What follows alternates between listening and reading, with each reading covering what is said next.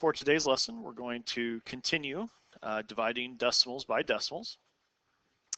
And I'm going to start today by taking 56 hundredths divided by 4 hundredths. So method one, again, we set up our standard long division problem.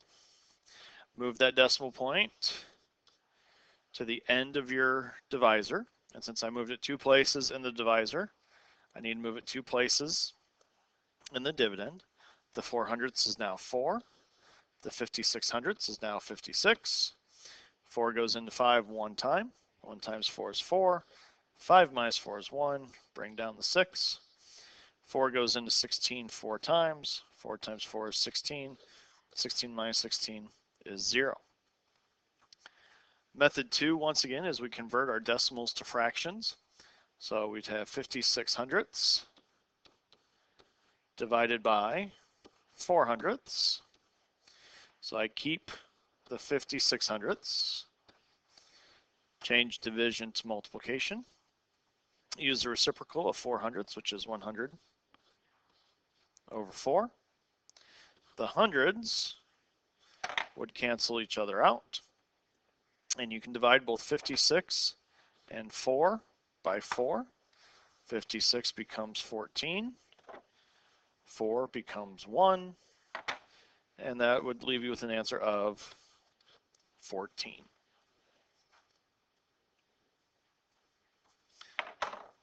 So if we have 72 hundredths divided by 3 hundredths,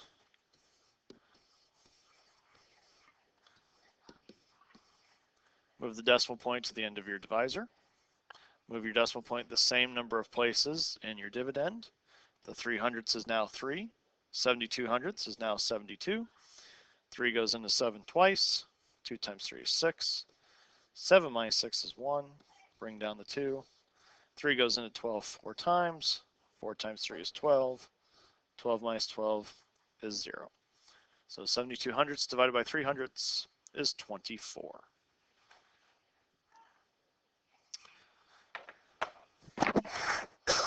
Excuse me.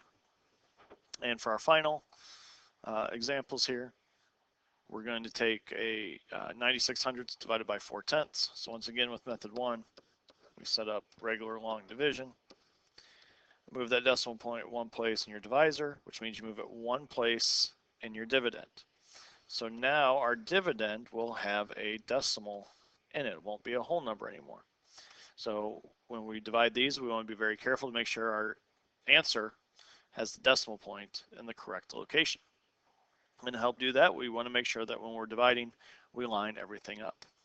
So 4 goes into 9 twice. So since we're going into 9, we want to make sure we place that 2 directly over the 9.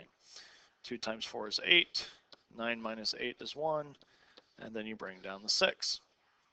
4 goes into 16 4 times. And since the last digit of 16 is the 6, I want to make sure that 4 goes over the 6. 4 times 4 is 16. 16 minus 16 is 0. And the last step here is I need to make sure that I bring that decimal point and put it correctly in my answer.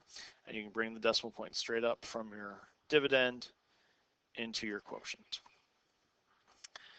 Now method 2 with problems like this gets a little bit messy. It takes a little bit longer. So method 1 is usually the more efficient method, but you can still get a correct answer by utilizing method 2, where you convert to fractions. So 96 hundredths divided by 4 tenths. So you'd keep 96 hundredths. You would change division to multiplication, and you'd use the reciprocal of 4 tenths, which is 10 fourths. You can divide both 10 and 100 by 10.